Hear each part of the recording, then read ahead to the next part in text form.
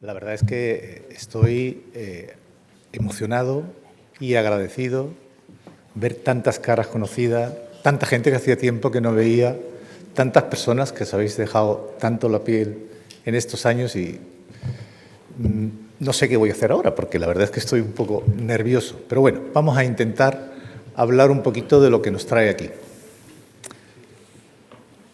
La pandemia del VIH es una pandemia olvidada, pero no es una pandemia acabada.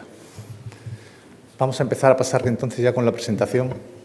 Fijaros, porque de las pandemias activas ahora mismo, la pandemia del VIH, sí, pasamos la primera, por favor. Esto es, de las pandemias activas, el VIH es la que más ha matado gente. Como os he dicho, más de 40 millones de personas. Es una pandemia que sigue ahí, que ha matado más de 60.000 personas en España y una pandemia de la que hace 40 años que tenemos el primer caso en Andalucía. Pasamos, por favor. Fijaros, porque fueron momentos durísimos. Por contaros yo también una anécdota mía. Yo a finales de los 80 me incorporo a trabajar, a hacer la residencia en medicina interna. Me gusta la patología infecciosa, roto por Virgen del Rocío, roto con Pompeyo. Y recuerdo perfectamente salas de 30 camas, prácticamente todas con personas con VIH, y prácticamente todos se nos terminaban muriendo.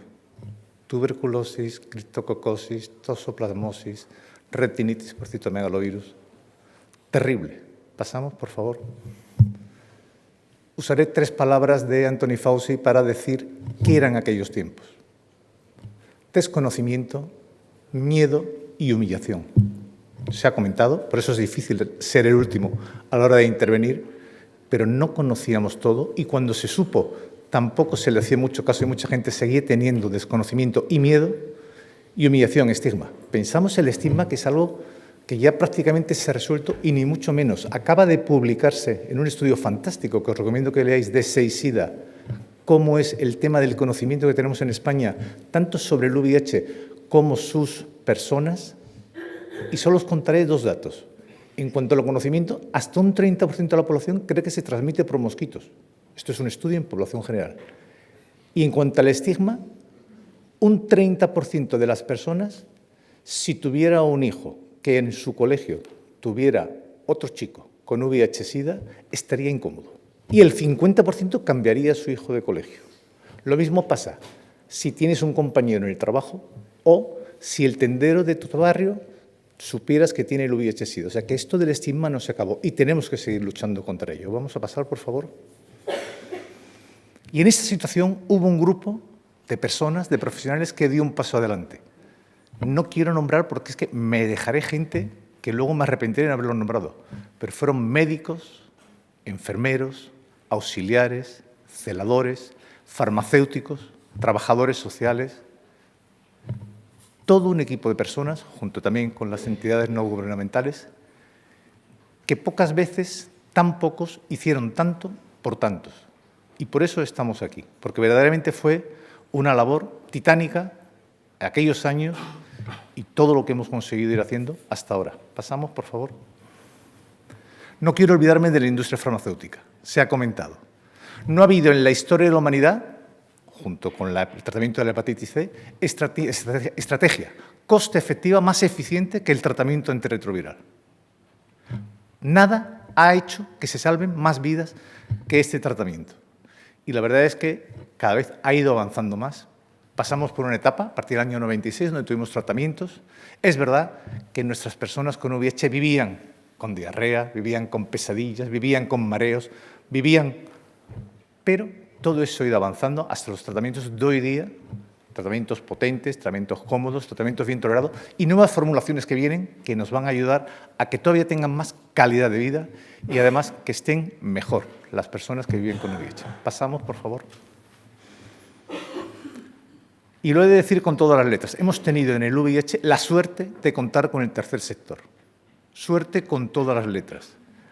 Porque gracias a ellos nos hemos encontrado que podíamos llegar, como hoy se ha puesto de manifiesto en las 2 mesas fantásticas, a donde el sistema sanitario público y los profesionales no podemos llegar a todos vulnerables y excluidos. Y en el VIH, además, las ONGs no solo han estado acompañando a los pacientes, sino que han asumido muchas más labores, como os han contado en la mesa, que yo creo que hay que reconocerles su inmensa labor en estos años. Pasamos, por favor. Y ya paso rápidamente y brevemente, aunque se han comentado, a contaros muy someramente cómo son los datos de este año. Quiero agradecer al Servicio de Epidemiología que nos haya facilitado estos datos de 2021. Pasamos. Estamos ahora mismo en un 519 casos, que eso es una tasa, para que os hagáis una idea, de 6,09. En España se publicaron antes de ayer y se estima, porque los datos en España son complejos por la epidemia COVID y todo lo que ha supuesto de dificultad para recogerlo, están en un 7,4. O sea que Andalucía está con una tasa de incidencia de VIH ahora mismo mejor que la media del resto de España. Aquí tenéis cómo ha ido evolucionando y la verdad es que la tendencia es claramente descendente en los últimos años. Pasamos, por favor. Quiero contaros cómo son los puntos fundamentales. 86% de esos nuevos diagnósticos son hombres. HSH un 45%, pero aquí hay un porcentaje, casi un 30%, que no cuenta cuál es su vía de adquisición. Estimamos que está sobre un 65, 68% la proporción de VIH que son HSH. 1 de cada 3 son extranjeros. La mediana de edad, ahora mismo la mayoría de los casos fueron entre 25 y 44 años. Si os cuento el dato de que tienen menos del 25%, el 12% de los nuevos diagnósticos, a mí es un dato que me preocupa y tendrá que ver con toda la estrategia que tenemos que poner de formación, promoción. Y luego, ese dato que parece que no terminamos de bajar nunca. 53% de diagnóstico tardío, más en heterosexuales que en homosexuales. Pasamos, por favor. En el 2021 hubo 82 nuevos casos de SIDA. La incidencia ha caído espectacularmente desde el año 94 y, como veis en la gráfica, sigue cayendo cada año y las enfermedades definitorias de SIDA siguen siendo las que hemos ido viendo en los últimos años. Neumocistis, Kaposi, candidiasis esofágica. Fallecieron en 2021 11 personas de SIDA en Andalucía, algunas de ellas porque llegamos tarde y se diagnosticaron ya en una situación muy avanzada, algunas de ellas porque, a pesar de todo el tejido que hemos montado, hay gente pues, que no siempre cumple los tratamientos y hace las cosas correctamente, y ahí tenemos mucho, un debe que podemos mejorar como una labor para los próximos años. Pasamos. 2 palabras del programa de profilaxis preexposición, que se ha implantado desde hace ya 3 años, para 3 años en Andalucía. Hasta junio de este año se habían incluido 1.630 personas en el programa y a esa fecha no hay ningún caso todavía notificado de seroconversión. Es un programa que sabéis que tiene 3 patas, lo que es la administración de las pastillas, lo que es el counseling o consejo y lo que es el cribado de ITS. Y es un programa que esperemos que en los próximos años consigamos ir viendo que de verdad disminuye el número de nuevas infecciones y además vamos consiguiendo sacar a la luz muchas ITS que, gracias a este programa, vinculamos a esas personas con el sistema sanitario que de otra forma no sería fácil. Pasamos, por favor. Y os voy a contar, para mí, lo que creo, y para muchos los que trabajamos en el plan, que ha sido un hito en Andalucía, y es que hemos construido, por primera vez una comunidad autónoma ha construido la cascada del VIH. Solo había un ejemplo de cascada, un modelo. En 2017 se hizo del Estado español. Hemos hecho la cascada de Andalucía en el año 2021 y además la hemos hecho por subtipos de población. Pasamos. He de agradecer a toda la gente, esto ha sido una labor ingente, pero sobre todo he de agradecer al Servicio de Epidemiología y he de agradecer a la gente que trabaja en sistemas de información, que trabajan con la base de datos poblacional, que son los que nos han facilitado que se pueda hacer todo esto junto con las bases de datos del SAS, de los hospitales y el servicio de farmacia que también ha colaborado. Si me pasáis, fijaros porque estos datos ya se han comentado. Pasamos a la siguiente. Esta es la foto de prevalencia, de cómo es la población que hay ahora mismo en Andalucía viviendo con VIH. Esas 22.000 personas que sabemos que están ahora mismo con VIH en Andalucía, fijaros, tenemos un 78% de hombres, un 53% ya son mayores de 50 años. Nuestras cohortes envejecen y todo eso tiene una serie de problemas, como es las comorbilidades, la polimedicación, etcétera, que tendremos que trabajar.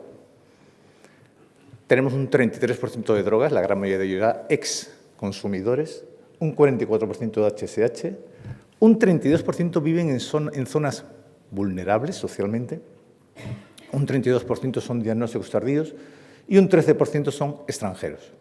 Pasamos, por favor.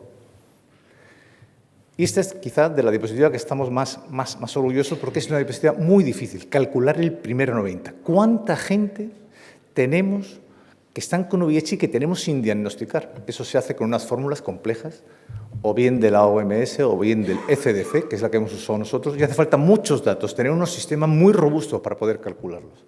Fijaros cómo ha ido disminuyendo desde el año 81 el número de personas que desconocimos su diagnóstico, de forma que en 2021 hemos llegado a que solo el 9,6% no conocemos que están diagnosticadas. Dicho de otra manera, tenemos diagnosticados ya el 90,4%.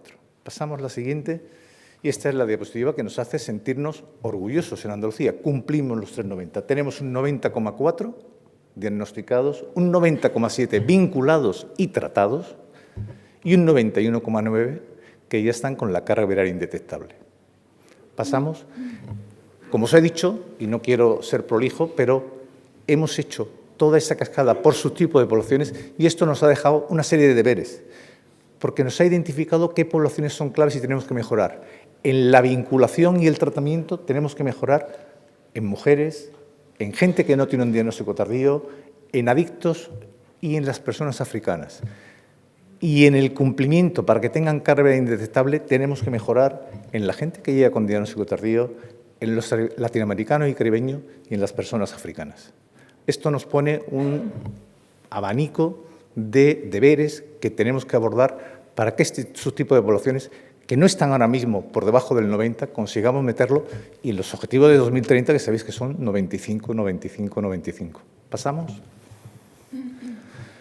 Dos palabras sobre las infecciones de transmisión sexual. Sabéis que hemos cambiado el nombre del plan, ya no es PASIDA, es PAIT-SIDA, Plan Andaluz frente a las ITS, VIH y SIDA.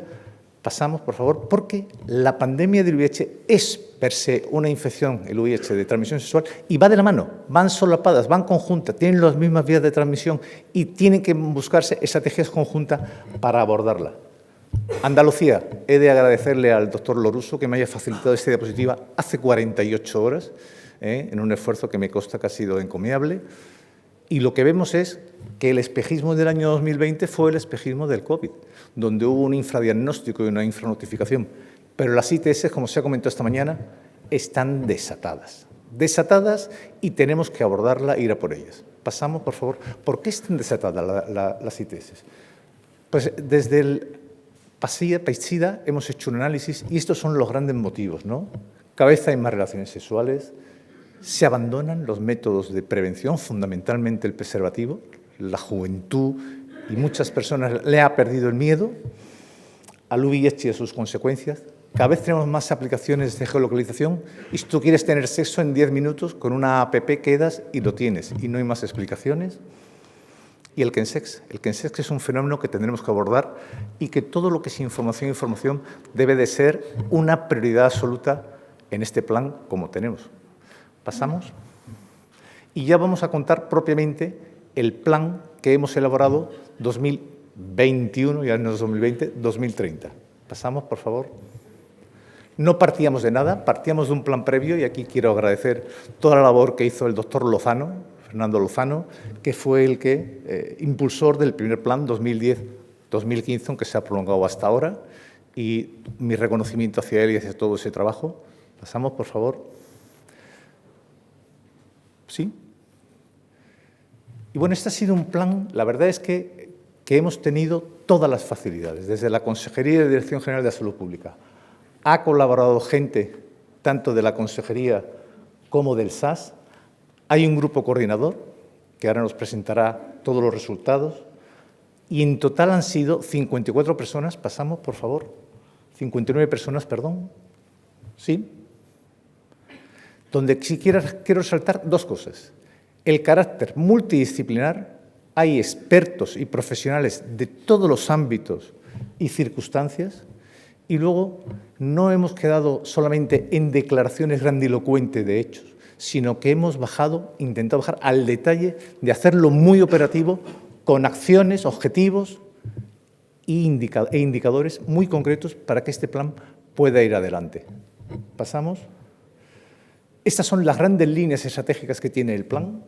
Una línea primera de promoción de la salud y disminución del estigma, una línea segunda que es de prevención, una línea tercera que es el diagnóstico precoz, sigue siendo una clave importante, una línea cuarta, vigilancia epidemiológica y sistemas, que es clave para tener una solidez en los datos, una línea quinta que es cómo va a ser el nuevo modelo organizativo, da atención, hablamos de que la población nos ha envejecido, cómo vamos a atender las personas con VIH y las ITS, y luego hay dos líneas transversales que son clave, formación y alianzas estratégicas y conexión con otras entidades y planes.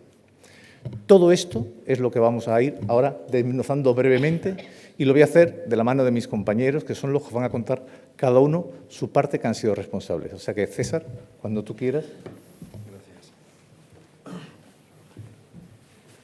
Bueno, buenos días a todos, a las autoridades aquí presentes, también al comité director del nuevo Plan Andaluz, a los galardonados de esta mañana y, por supuesto, a mis compañeros y amigos.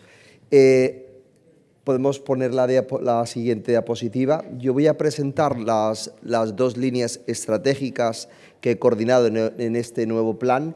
Y bueno, la primera se llama Promoción de la Salud Sexual y Disminución del Estigma. Ha sido verdaderamente gratificante escuchar las mesas anteriores que se ha hablado mucho sobre el cuidado del lenguaje, que ha sido muy importante, y del estigma. Siguiente, por favor. El primer objetivo es aumentar la sensibilidad y la sensibilización, en materia de salud sexual, de prevención del VIH, de otras ITS, siempre con un enfoque de respeto, no discriminación y basado en los derechos sexuales. Y para ese objetivo hay dos acciones. La primera es difundir campañas sobre salud sexual, sobre el cuidado del lenguaje, para reducir el estigma, la discriminación. Y tenemos que darnos cuenta que las necesidades de cómo la sociedad vivía su sexualidad es muy distinta a cómo la vive ahora. Y no es que no hubiera otra cosa, es que ocurría. Lo que pasa es que siempre han sido temas muy tabú y han sido siempre mirados con un gran secreto. Uno de esos objetivos es destapar, es acercarse. Y si nosotros aportamos información tanto a la sociedad y a los profesionales, porque algo muy importante es que los profesionales sanitarios y sociosanitarios no hemos tenido una formación reglada en educación sexual. ¿Cómo pretendemos ayudar a la sociedad si nosotros no estamos formados? Pues eso es importante. Tenemos que formar tanto profesionales como a la sociedad para sensibilizar en todo este tipo de materia. Luego, número 2, una campaña que lo han dicho, ¿no?, de apoyo positivo, a fuego, a los 4 vientos. Realizar una campaña divulgativa para indetectable, intransmisible. Sabemos que una persona que tiene VIH y que está indetectable porque está dentro del cuidado de los servicios sanitarios, esa persona no transmite el VIH. Y eso tiene que gritarse. ¿Por qué? Porque esto forma parte del estigma. Y una persona que puede sufrir estigma o que hay discriminación, hay inequidad en la atención de los servicios de salud, lo cual es muy importante. Siguiente, por favor. El objetivo 1,2 es promover conductas saludables y reducción del riesgo en población general y en grupos especialmente vulnerables. Volvemos a lo mismo del cuidado del lenguaje. No son poblaciones de riesgo, poblaciones vulnerables o que hay prácticas de riesgo. Y para ello queremos tener dos acciones. Una de ellas es realizar material informativo sobre conductas saludables en relación a la sexualidad. Y la acción 1.2 es realizar material informativo sobre estrategias de reducción de riesgo y daño dirigido a personas usuarias con consumo problemático de chemsex. Como hablamos del material informativo y que se hace de un grupo multidisciplinar, probablemente la información tiene que ir dirigida por canales. No es lo mismo, aunque la infección gonocócica pueda afectar a cualquier tipo de persona, probablemente si yo quiero transmitir un mensaje y llegar a una población específica, tengo que utilizar diferentes vías de comunicación y diferentes mensajes. Probablemente la sífilis en el embarazo no tendrá el mismo mensaje que la sífilis en el colectivo de hombres que tienen sexo con hombres. Y eso es prioritario, saber qué estrategias y saber cómo comunicamos. Y por otro lado hablamos de este fenómeno de chemsex, un fenómeno que en el 2012 apareció en el Reino Unido y que claramente está asociado a aumento del riesgo de infección del VIH y otras ITS. ¿Por qué? Por la desinhibición, porque aumenta o favorece la empatía en las relaciones sexuales, mayor número de personas, y claramente nosotros tenemos que saber que hay programas que han disminuido, como los programas de jeringuillas, que también se ha hablado, y que las estrategias, uno muchas veces como un profesional sanitario no puede modificar esas conductas que sabemos que pueden ser nocivas, pero sí podemos, y es obligación nuestra, saber comunicar qué estrategias o qué situaciones podrían tener menos impacto en la salud de las personas que consumen drogas. Siguiente, por favor. Con eso terminamos la primera línea. La segunda línea es prevención del VIH y otras infecciones de transmisión sexual. Siguiente, por favor. Bien, aquí el objetivo es aumentar la accesibilidad ciudadana para los recursos de salud sexual para prevenir el VIH y otras ITS. Como ha dicho el doctor Javier de la Torre, están interrelacionadas. No podemos separar el VIH y las ITS porque comparten riesgos y factores y vías de transmisión comunes. Para ello se crearon 3 acciones, que la primera es distribución de materiales preventivos, preservativos, tanto insertivos como receptivos, y lubricantes en todas partes, no solamente en tejido comunitario o en universidades, tienen que estar presentes en centros de salud, en hospitales. También elaborar y difusión de un protocolo de la profilaxis post-exposición al VIH.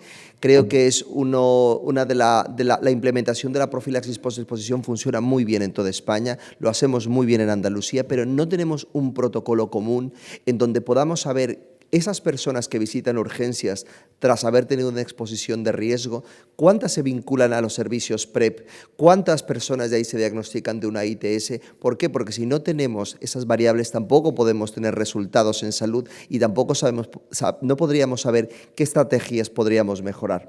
Eso es una de nuestras acciones. La siguiente es identificar las necesidades en las consultas de la PrEP. Actualmente hay 34 centros, el 10 de noviembre habría 34 centros PrEP en toda España, 14 en Andalucía, que aún así seguimos teniendo pocos, pero bueno, parte dentro de este plan es favorecer, aumentar y además conocer las necesidades de las consultas de PrEP para saber qué hace falta, tanto recursos materiales como recursos humanos. Siguiente, por favor. Objetivo 2.2 es homogeneizar las estrategias preventivas del VIH dentro de los servicios sanitarios y otras instituciones. Y para eso queremos, como primera acción, crear guías rápidas que puedan ser accesibles tanto a nivel hospitalario como a nivel de atención primaria. Como hemos dicho, las ITS son de todos y hay muchas, lo cual, si no sumamos que uno de los grandes cambios que ha tenido el nuevo plan es que las ITS también puedan estar en primaria, y si nosotros tenemos guía, no puede ser que en Almería, que a lo mejor que no existe formación, una gonorrea sea tratada con ciprofloxacino y no con ceftriaxona, que es el tratamiento de primera línea. Tenemos que homogeneizar la atención a nuestros pacientes. Luego, la acción número 2 es crear y divulgar material informativo a los pacientes cuando adquieren una infección o una infección de transmisión sexual y que puedan tenerlo. Esto es a título personal, pero funciona mucho. Una vez que un paciente es diagnosticado de una sífilis, de una gonorrea, además de explicarle en la consulta de lo que le está pasando, es realmente importante proporcionarle tanto, ya sea un folleto, un QR, alguna página, para que después en casa la paciente pueda reflexionar, pueda repasar lo que ha pasado, lo que ha tenido, y de esa manera pueda tener lo que hablamos, ¿no? De tener mayor empoderamiento, de tener más asertividad al momento de las decisiones en su vida sexual. Y luego, una de las acciones que es muy importante y me parece fundamental fue dotar de las pruebas moleculares en todos los servicios de atención primaria y hospitalaria. Eso ha sido, y para mí es una de las cosas más importantes. ¿Por qué? Porque antes estamos en el año 2022, estamos en España, Europa, Andalucía, y no es posible que no pudiéramos hacer que siguiéramos haciendo diagnósticos sindrómicos de las ITS. Eso está cambiando y ahora los centros de salud cuentan con diagnósticos moleculares para hacer el diagnóstico etiológico de las infecciones de transmisión sexual. Y eso es importante y lo estoy viviendo y eso es algo muy, muy bueno. Siguiente, por favor. El objetivo 2.3 es mejorar la información para identificar y priorizar estrategias para satisfacer necesidades de poblaciones más vulnerables y en donde exista una mayor prevalencia de infección de transmisión sexual e ITS. A través de este grupo que hablamos, que es un grupo multidisciplinar de distintos ámbitos, y sabiendo que el fenómeno chemsex cada vez adquiere mayor protagonismo y que es un riesgo para la adquisición del VIH y otras ITS, pues se está estableciendo de qué manera podemos vincular a estas personas con un consumo problemático, ya sea al tejido comunitario, a los centros de adicciones o vinculación a las unidades de salud mental. Aprovecho también para decir uno de los grandes logros. Nosotros en el Hospital Virgen del Rocío hemos logrado que el equipo de la unidad de salud mental esté presente en las consultas de infecciones de transmisión sexual, porque como comentaba Diego de Adara, finalmente muchos de esta problemática de chemsex está vinculada, puede ser, a trastornos de depresión, trastornos de ansiedad, y no podemos desligar la sexualidad de las propias emociones y de la educación psicoafectiva, y eso es clave y es importante. Siguiente, por favor. Y los últimos objetivos tienen que ver con la vacunación, que eso es muy importante. Tenemos vacunas que previenen enfermedades, lo cual queremos diseñar campañas educativas en donde se conozca la seguridad, la tolerabilidad, los pocos efectos adversos que existen con las vacunas del virus del papiloma humano, de la hepatitis A y de la hepatitis B. Sabemos que esas enfermedades pueden causar infecciones crónicas, que además pueden causar cáncer, que pueden causar verrugas, lo cual todos los centros de salud y hospitales deben contar con estas vacunas y los pacientes deben saber que son seguras y que deben acceder a ellas. Y por último es dotar y facilitar, como no sé si lo había comentado, tanto en atención primaria como en hospitalaria, y el acceso a esas vacunas. Muchas gracias.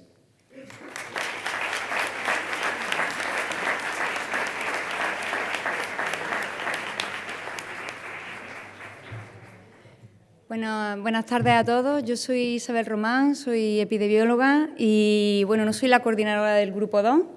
Era Rosario Palacios, que ha hecho una labor maravillosa, y tengo que agradecer a Javier y a Carmen que me hayan ofrecido el estar aquí esta mañana, y creo que es importante también, en cuanto a como profesional de la salud pública que soy, defender el Grupo 2, porque es diagnóstico precoz y vigilancia epidemiológica.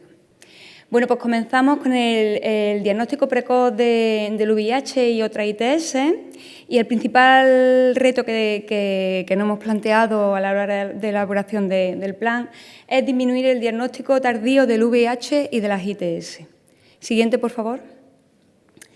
El primer objetivo ha sido aumentar el diagnóstico precoz de la infección por el VIH y otras ITS, haciendo especial hincapié en las infecciones ocultas, es decir, a aquellas personas que tienen la infección pero están asintomáticas. Ya sabemos que el diagnóstico del VIH en fase tardía es alrededor de un 50%, pero de algunas ITS, como la infección por Clamidia trachomatis y sobre todo con perspectiva de género, en mujeres hasta un 75%, del gonococo alrededor de un 50%. Entonces, también hay que ir a por estas personas para intentar no solo establecer los tratamientos, sino también pensar en la salud comunitaria y cortar las cadenas de transmisión de estas infecciones. Entonces, en la acción 3.1, promoción del uso de test rápidos del VIH y otras ITS, incluidos los autotest de adquisición en las farmacias comunitarias. La ampliación y mejora de la disponibilidad, accesibilidad y difusión de los puntos de detección comunitaria de la infección por VIH y otras ITS, con especial atención a población vulnerable y personas en situaciones de riesgo. Como hemos hablado, la labor tan importante que tienen las entidades a nivel comunitario, no solo de divulgación de la información, sino también de actuar como sitios de checkpoint para la detección precoz del VIH, del sífilis, de hepatitis C o incluso de otras pruebas, como hay algunas ONGs como Apoyo Positivo que incluso realizan PCR, ¿vale? Y ellas son capaces de llegar a población vulnerable a la que los sistemas sanitarios no solemos llegar, bien porque tengan un difícil acceso o bien porque no piensen en nosotros como primera vía de llegada, porque no se sientan en un entorno seguro. Y ellos sí son capaces de darles ese entorno seguro, ¿vale? Ahí está también el trabajo colaborativo colaborativo que tenemos que establecer entidades con los profesionales sanitarios, ¿no? Para dar también la fase final, no solo al tratamiento, sino a las medidas preventivas que hay que establecer. La puesta en marcha de un sistema de solicitud electrónica para la realización de test de VIH y de otras ITS, bueno, que ahora mismo en Cataluña, por un proyecto de investigación, se está llevando la experiencia TestState, pero que ahora mismo habría que institucionalizarlo y habría que llevarlo a cabo. Siguiente, por favor. El 3.2 sería mejorar el cribado de infección por el VIH y otras ITS, implementando el cribado del VIH y otras ITS tanto en la urgencia hospitalaria como en atención primaria. Y esto significa sensibilizar a los profesionales que trabajan en estos puntos, ponerles unas gafitas y que estén atentos a que personas que tengan situaciones de riesgo, hacer 3, 4 preguntas que detecten una situación de riesgo, o personas que presenten síntomas o infecciones que no hagan saltar la alarma de que esa persona pueda tener o no pueda tener y que se realice el cribado tanto en atención primaria como en urgencia. Siguiente, por favor. Por otro lado, reforzar el cribado periódico de infección por VIH y otras ITS en personas en situaciones de riesgo, ¿vale? Adecuación de los recursos que permitan la realización del cribado de VIH y otras ITS a personas en situación de riesgo, en especial atención en PrEP, que eso ya está establecido y que se llevan los programas PrEP, las consultas de infecciosas, pero no tanto está establecido para las personas que practican KEPSES o otras situaciones de riesgo. La puerta de entrada quizá para esas personas que no van a la consulta de enfermedades infecciosas sería quizás más la atención primaria, que estuviesen sensibilizados los profesionales, incluso existiesen consultas especializadas de ITS en los centros de atención primaria, donde se pudiese hacer ese cribado periódico que no se hace en ningún sitio. Siguiente, por favor. La línea 4, la vigilancia epidemiológica del VIH y otras ITS. Comentar que la vigilancia epidemiológica es algo muy importante. La labor asistencial es una pata, pero la otra pata es la parte de la vigilancia epidemiológica. ¿Por qué? Porque desde la epidemiología primero vamos a conocer qué perfil tienen las personas que se infectan del VIH y de las ITS y así poder establecer medidas de prevención para que no se infecten, sino que además podemos llegar a realizar la encuesta epidemiológica y estudios de contacto necesarios para poder parar las cadenas de transmisión de estas enfermedades. Siguiente, por favor. Entonces, el objetivo 4.1 es mejorar el sistema de información y notificación de los casos de infección por VIH y otras ITS, implantando un sistema automatizado donde las fuentes de información de los casos llegue toda la información a los sistemas de vigilancia epidemiológica de una forma rápida, ¿vale? Y lo más efectiva posible, es decir, que no nos quede ningún caso en el camino, ¿vale? Y por otro lado, es la implantación que ya se ha publicado recientemente, en septiembre de 2022, el protocolo de estudios de contacto de VIH y de ITS, que tenemos el orgullo de ser la segunda comunidad que tiene un documento de este tipo, solamente lo tiene Cataluña, que lo publicó en el año 2019, y donde las unidades de epidemiología en Andalucía hemos empezado a realizar, porque estamos implementando este nuevo protocolo, a realizar la encuesta epidemiológica y estudios de contacto de todo y cada uno de los casos de VIH y de ITS, ¿vale? Entonces, deciros que las unidades que ya lo llevamos haciendo desde hace casi 2 años, como en mi distrito, estamos obteniendo unos resultados espectaculares. Estamos llegando a diagnosticar incluso hasta el 20% de los casos de ITS, y en el caso del VIH, en este último año que se empezó a hacer por primera vez, el 40% de los casos diagnosticados de VIH han sido por los estudios de contactos tanto de ITS como de VIH, todos ellos en fase precoz, con lo cual estamos logrando, repito, cortar las cadenas de transmisión y tratando a esas personas que necesitan ser tratadas. Siguiente, por favor. Por último, comentaros que Se persigue también el objetivo de aumentar la identificación de clústeres y de investigación de brotes por VIH y otras ITS. En cuanto a los clústeres de VIH de rápido crecimiento, está ligado a un sistema de secuenciación genómica de los tipos virales que se detectan, ¿vale? Entonces, en el momento que se detecte un clúster con transmisión, se comunicaría a los servicios de salud pública que investigarían dónde pudiese estar el origen de esa transmisión. Al igual que ocurre con los brotes de ITS, en los cuales no se hace secuenciación genómica, pero en los cuales durante las encuestas epidemiológicas nosotros podemos identificar que la transmisión de una determinada infección puede estar ligada a un establecimiento público o a un sitio de cruising, y que nosotros podamos interceder para que no haya nuevos casos y evitar que ese brote se siga expandiendo, ¿vale? Daros muchísimas las gracias a todos y continúa mi compañero.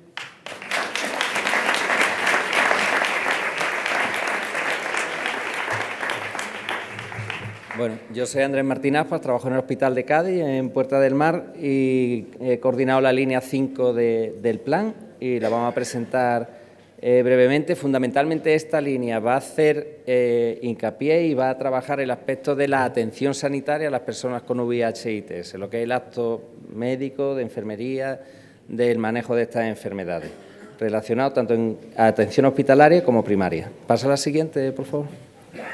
Entonces, el primer objetivo hace referencia a las personas que trabajamos en los hospitales, los médicos que llevamos a las personas con VIH, los especialistas, en los que ya se han conseguido muchos logros, como se ha presentado hoy, y hemos identificado unas áreas de mejora donde creemos que tenemos que incidir más, que es detectar a aquellas personas que han abandonado el seguimiento, que ya no vienen a consultas por algún motivo, casi siempre suele haber alguna problemática social, pues intentar recuperar esas personas en el seguimiento en consulta, que cuando un microbiólogo diagnostica un caso de VIH, pues tengamos la información lo antes posible para empezar el tratamiento lo antes posible, evitar la demora, desde que se llega al diagnóstico hasta que se inicia el tratamiento para la infección en el VIH, y sobre todo, como ya se ha comentado, las personas con VIH afortunadamente ya hoy no fallecen, se van haciendo mayores, y uno de los principales problemas que aparecen son las neoplasias, una de las primeras causas de mortalidad. Entonces, conseguir hacer un diagnóstico precoz adecuado de las neoplasias que se puede hacer. Hemos puesto el hepatocarcinoma y la displasia anal como ejemplo. Decir que este es un plan para 10 años y las acciones que ahora hemos decidido, no hemos querido ser excesivamente ambiciosos, porque que mucho aprieta, ¿no? Al final no llega a nada, se podrá ir modificando con el tiempo. Pasa a la siguiente, por favor. Aquí sumo dos objetivos. Uno es la accesibilidad.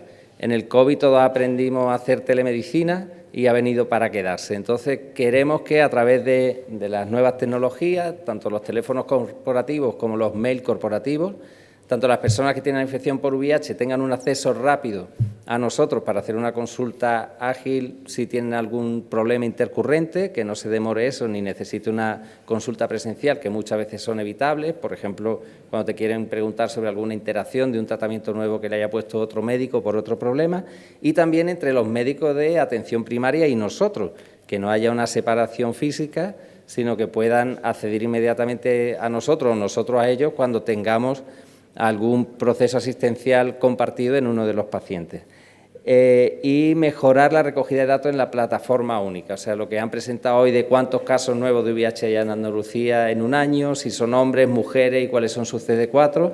Esas son plataformas de recogida de datos que pretendemos mejorarla a través del SICAP para conseguir una información más veraz y de mayor volumen. Pasa a la siguiente, por favor. Y atención primaria.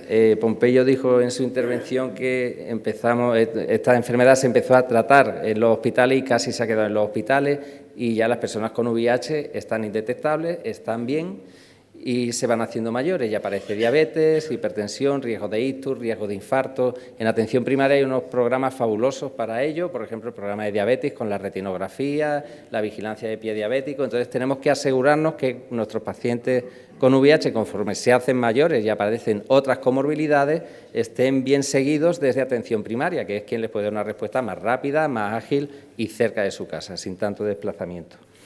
Y otro aspecto que nos gustaría que el calendario vacunal recomendado para las personas del VIH esté siempre al día y potenciar el tema de la deshabituación tabáquica, ¿vale? Que es uno de los problemas que también se lleva desde primaria para la financiación de los medicamentos que hay para ellos. Siguiente, por favor. Con respecto a las ITS, el resto de ITS que se ha hecho mucho hincapié, a mí me gusta resaltar en esta acción que se implemente el procedimiento de diagnóstico y tratamiento de las ITS y queremos crear que cada área sanitaria tenga una comisión donde haya un representante del área hospitalaria y representante de atención primaria que vigile si el plan realmente se ha implantado de manejo de las ITS. Si los centros de atención primaria realmente tienen disponibilidad de los medios diagnósticos microbiológicos necesarios y si la gente está formada y lo está haciendo bien. Y si no, cuál es el problema y cómo poder solucionarlo. Pero que el protocolo que se ha desarrollado, que está muy bonito en el papel, realmente se aplique en todos los centros y todos los centros lo tengan disponible. No todo el mundo vive en la ciudad cerca del hospital. Hay gente que vive lejos de la ciudad, en los hospitales, y tiene el mismo derecho a que se le atienda de manera homogénea la ITS, viva en la Sierra de Grazalema o viva al lado del Hospital Virgen del Rocío. Entonces, ese es nuestro objetivo. Siguiente. Y último es el cuarto 90. Se ha presentado la cascada de los 3,90, el de diagnóstico, tratamiento y indetectabilidad, y ya la OMS dice que hay que alcanzar el cuarto 90, que es que el 90% de las personas con VIH vivan con calidad de vida. Pues una acción que tenemos en el plan es que eso se explore, vale, haberme dicho, que ese aspecto se explore y lo tengamos controlado y garantizar a las personas calidad de vida, así como hacer hincapié y vigilar la salud mental. Hay muchas personas que por el estigma tienen cuadros depresivos, tienen problemas de salud mental no reconocidos, que no se atreven a contar. Bueno, hay manera de sacar esos problemas a la superficie y ponerlo en manos de especialistas si es necesario. Y creo que mi línea ha terminado.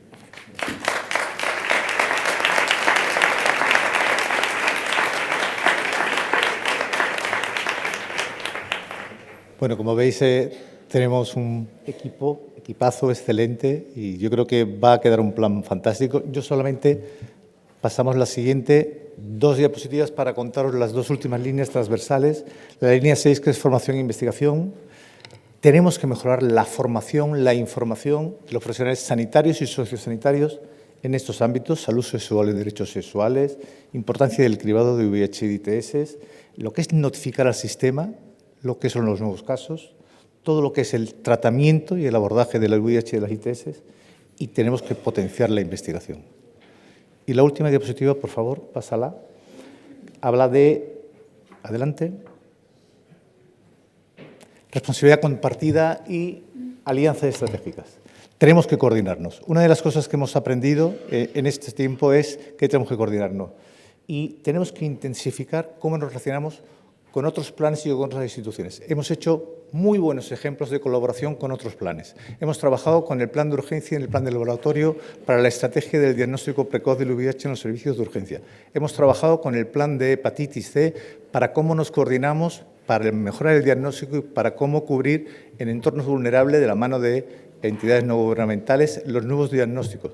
Y tenemos que seguir coordinados con la estrategia de salud sexual y reproductiva para todo lo que es la promoción y la educación en los colegios. Estamos trabajando, vamos conjuntamente y tenemos que seguir avanzando en esa línea.